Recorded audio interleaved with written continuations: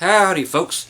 Time to work on counting how to get in to these old country songs. Yeah, from the old country. Some people like to read shirts while I'm sitting around. It's the oldest thing in the world. But anyway, this is how to get into a song. You are the guitar player. It doesn't matter whether you're trying to get into a band. So I will be speaking of drummers a lot. Or if it's just you and another guy, or you're just trying to record something, doesn't matter. This is just how to count. And it's my way that I got used to, or that I had to come up with in my head to get past a 5-year habit. This ain't a habit, this is a 5-year detriment of not knowing how to count to get into a song. This is when I was playing live, 5 years playing live. And I would have to have other people start it because I just did not get this counting thing, and the drummer would not help me with it, which is something somebody you need to kick to the curb. Even if you're asking help of everybody, just because for some reason you're not getting this, and somebody in your own organization or friendship or band won't help you, that's pretty sad. So I'm going to help you. Okay, I'm just going to do 3 examples, and I'm going to make sure you get it. It's not going to be a 45-second video. I'm probably past that already. I'm going to make sure you get it. 5 years it took me, honestly, for all the different ways to get in things. I couldn't get into a basic 4/4 song if I had to play the intro. I didn't get it. I've seen it a million times on Hee Haw. Somebody would count on the sticks. 1, 2, 3, 4, 1, fiddle come in, and looked easy on TV and just did not register in the brain. And somehow I finally got it after, just being scared to death to start a song. Once we were in there, hey, I'm all about it. But, okay, so today, 2 songs that are in 4/4, typical count for those, of course, and then a waltz, a 3/4 time. I'm going to show you 2 different places to come in with pickup notes. Yep, country music is all about pickups. And guitars have pickups. Ain't that weird? And you pick up a girl, and some you can't pick up. Some can pick you up. And on and on. Okay, so I'll get you through those. You're welcome. And it's these little things like this that will elude people and just crush them to their core because they're scared to death like I was. Maybe I'm the only one. But I'm going to use terms that I used. I'm sure I didn't make them up. And they are just simply what I stuck in my head 40-some years ago to get me through all this. Okay? So let's get down here to my beautiful Strat. Ain't that one pretty? I talked a guy on eBay into making this particular shade of a cherry sunburst set of stuff he was already making for Strats and Tellys, but in Strats he did not offer this shade. Again, offered for Tellys, but not Strats. So he made me the Strat one, and he still sells these now. But I actually bought the guitar. I generally don't like sunburst, but I bought it because it matches. And that's the only reason I bought it. I asked him to make the pickguard, so I had to go all the way through with it. It's just common sense. Okay, to get into a song, pickup lines are generally something you would think of via old-time country music and fiddle players. Okay, you'll think of fiddle players doing this line. And when you play like a fiddle player, it doesn't mean you're playing like a fiddle player. It means you are doing the same phrasing. Okay, you'll hear a lot of songs, 2, 3, 4, 1, dun, dun, dun, dun, dun, dun, dun, okay, that is coming in on the end of 1. What is that? Okay, that's where somebody would count 1 and 2 and 1 and 2 and 3 and 4 and 1, and right after that 1, before they can get to the 2, there's an and in between it. And yes, I had people, I asked them because I needed it, to actually count out all that. 1 and 2, 1 and 2 and 3 and 4 and 1 and I would come in on the and that was between the 1 and the 2. Okay? Later on, after playing it 300 times, I could come in on the and of 1 when they go 1 and 2 and 1 and just stop there because I knew how fast the song was. But in order to get everybody in at the right speed, it was just better to kind of tap my foot when they go 1 and 2 and 1 and 2 and 3 and 4 and 1.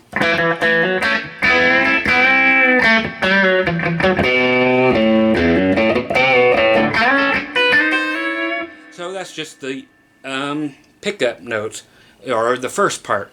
1, 2, 1, 2, 3, 4, 1. When I hit that last note, right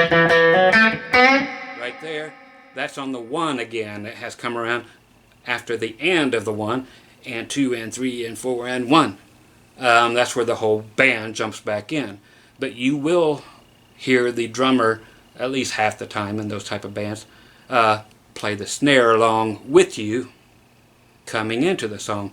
Okay, so it'd be like 1, 2, 1, 2, 3, 4, 1. Da, da, da, da, da, da, da. Okay, so you've heard that. A lot of Alan Jackson stuff, you'll hear that. It's just old country, and that's what makes country groovy. It's a familiarity, and it's not honky tonk, but donkey donk. You know, that's Ebonics country. Or actually, somebody asked me the other day, it's like, it had to be a millennial. Had a shirt on that said pop country sucks. Well, what is pop country? Is that Brad Paisley? Well, sure it is. It's just a bunch of stuff about silly junk that has nothing to do with life. Real country, classic country, I should say. I'm glad somebody came up with pop country because that's a different genre now, which it always should have been because it's way different. So the original country was different than classic country. So classic country is what I'm talking about. Merle Haggard all the way up to about the time of the Alan Jackson's a great example. So that whole 45 year time period, but anything after about 95, everything kind of sucked. So yeah, pop country is just a bunch of stuff that makes no sense. It's there just to make money from people who don't like old country and they want to bebop to it and they don't care what the words are as long as they repeat 300 times in a row so people can at least remember the chorus. Okay, so it's just stuff that isn't good. And that's in my opinion, of course. Not what I state is always law. That's my opinion, and it's shared by many, and whatever you dig is what you dig. Now let's dig counting again. The and of something is what I'm going to use for all three examples. I'm going to use the and of 1, and I'm going to use the and of 2. And then you'll kind of get the idea of all this for the 4/4 stuff. You'll have drummers that go way overboard, and they should be kicked to the curb when they're 1E and a 2E and a 1E and a 2E and a 3E and a 4E and a... It's like, quit. Sure, I understand it if you are giving drum lessons and having to learn all your rudiments and paradiddles and all your other stuff. Yeah, that's between drummers, but for a live situation, not needed. The and is fine. Later you will not need to hear the drummer count the and. You will count it to yourself. Okay? So, pick up notes again under the and of 1. I'll stay in A because it's right there. Fiddle players. Again, we are emulating the phrasing of a fiddle player just because it's easiest to show you. Okay? It's just an easy example. Again, 1, 2, 1 and 2 and 3 and 4 and 1.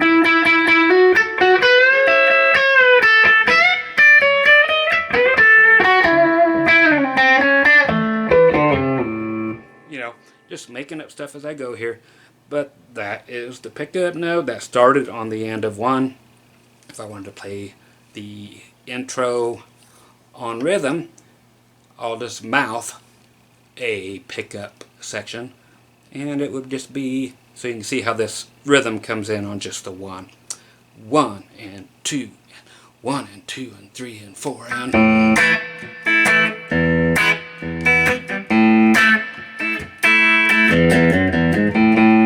Okay, and here's your mouthing of the pickup notes.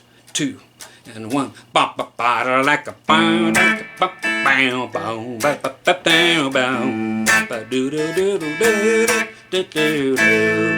Okay, so that's the band coming in on the 1 after the pickup notes have already started with you on the end of 1. So you've got all that space to do what you will. A lot of times I just put in one note because I get to now and I understand it, just to throw everybody off. But as long as the drummer's counting, nobody should be thrown off. Like 1 and 2 and 1.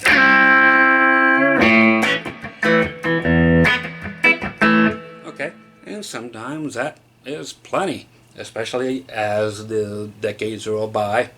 Yeah, that's a pickup note.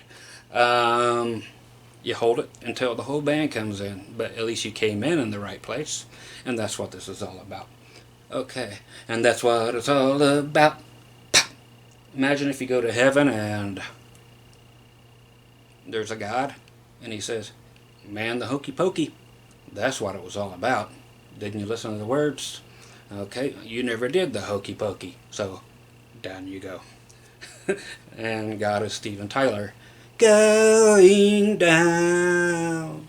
If you don't get that joke, sorry.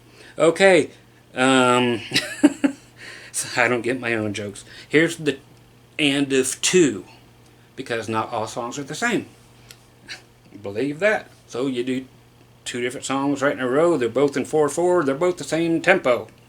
Okay, so we got 1, 2, 1, 2, and 3, and 4, and 1, and 2, and same thing. It just seems so much longer with just one extra beat. But sometimes you have to come in a different place. So as you progress, those counts can just be whittled down to 1, 2, 1, 2, da da da da da. Same thing, just after the 2, but before the 3. So on the end of the 2. So here we go. 1, 2, 1, 2.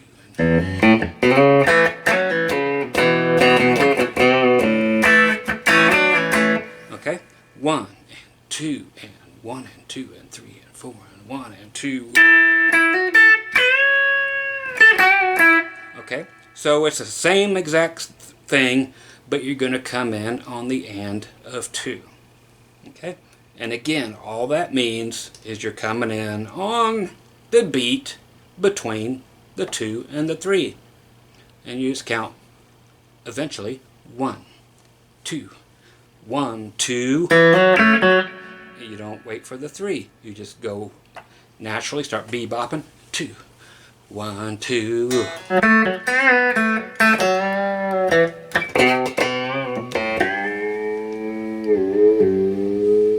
Okay, that kind of thing. So that's all it is.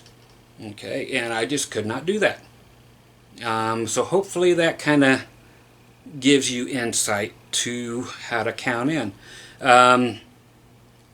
Most people are not going to go as far as to, in a live situation, to count the ands for you. It's just too much chatter that will be picked up through microphones and go out to the audience. It just becomes very annoying.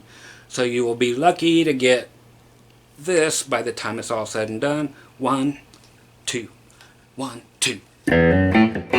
Okay, so it will be whittled down to that, and that's plenty. But only after really working on it, if you have as much trouble as I always did. And okay, going to go to the 3/4, your waltzes, and I do the same thing. Just for simplicity, I still come in on the end of things.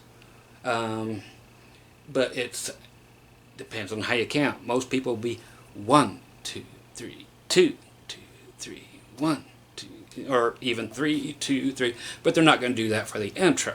You know, they would be 1, 2, 3, 2, 2, 3. Okay, and there won't be a 3, 2, 3, 4, 2, 3. There will for everybody else coming in, but not for your pickup notes or to come in. You know, like we were talking about this whole thing. So 1, 2, 3, 2. Okay, I did a triplet there. 1, 2, 3, 2.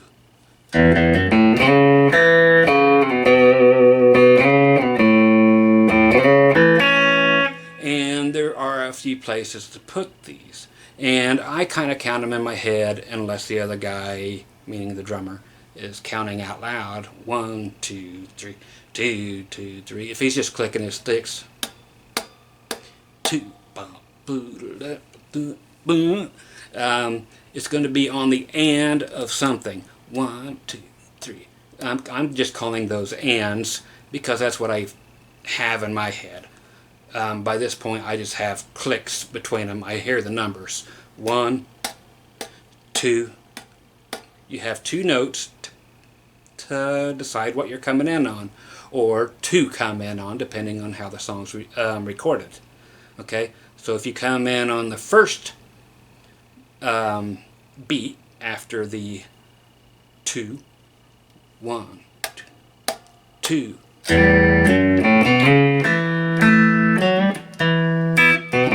Okay, so that was coming in on the first beat after the 2. 1, 2.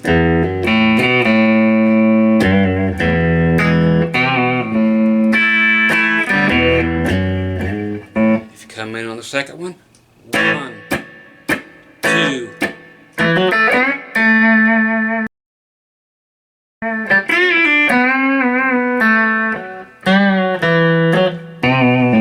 Okay, so it's the same thing. It's harder that way because it's 3, 4.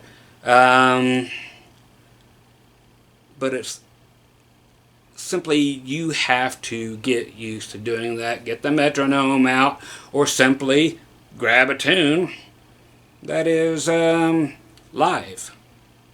And you can actually hear the drummer starting off a waltz and listen for when the first instrument comes in. Because different people will be starting these off and doing the pickup notes or the intro notes, because otherwise everything would be so boring.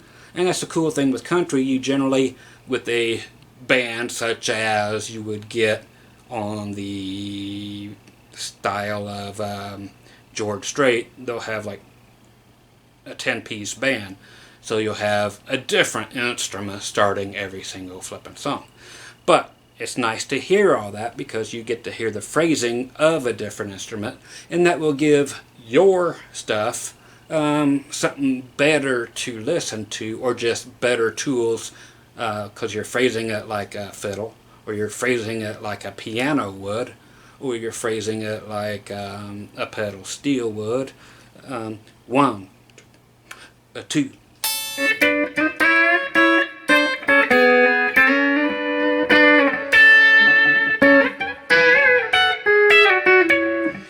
Pardon my bad, but I came in the right place. Okay, so that would be my best thing I could tell you, is to honestly listen to live versions of things where the drummers have to count people in.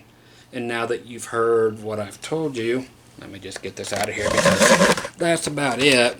That's what it honestly took for me, but since we didn't have the things we have today to get, just go watch this and this and this and just listen, we couldn't do that. I actually just had to go through and figure a way because I was frustrated and nobody would help. So that's what I taught myself. And I have not listened to anybody since. So if none of it makes sense to people who already know how to do this and you're just going to yell at me because you think it's an improper way, hey, it gets me there. If it is wrong to the rest of the entire world, that's fine. You know, if the explanation is wrong, and blah blah blah, but it gets me there. That's my thought process. Okay, so it's not the only way. It's one in a million ways to do it, and I hope that helps the person who simply asked to learn how to count and how to get into a song.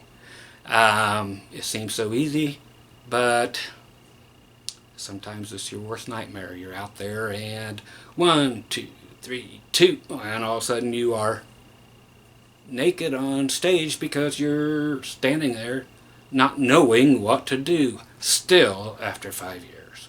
So hopefully your journey is much shorter than that. Okay? See you guys on the next thing I do. Alright? Later.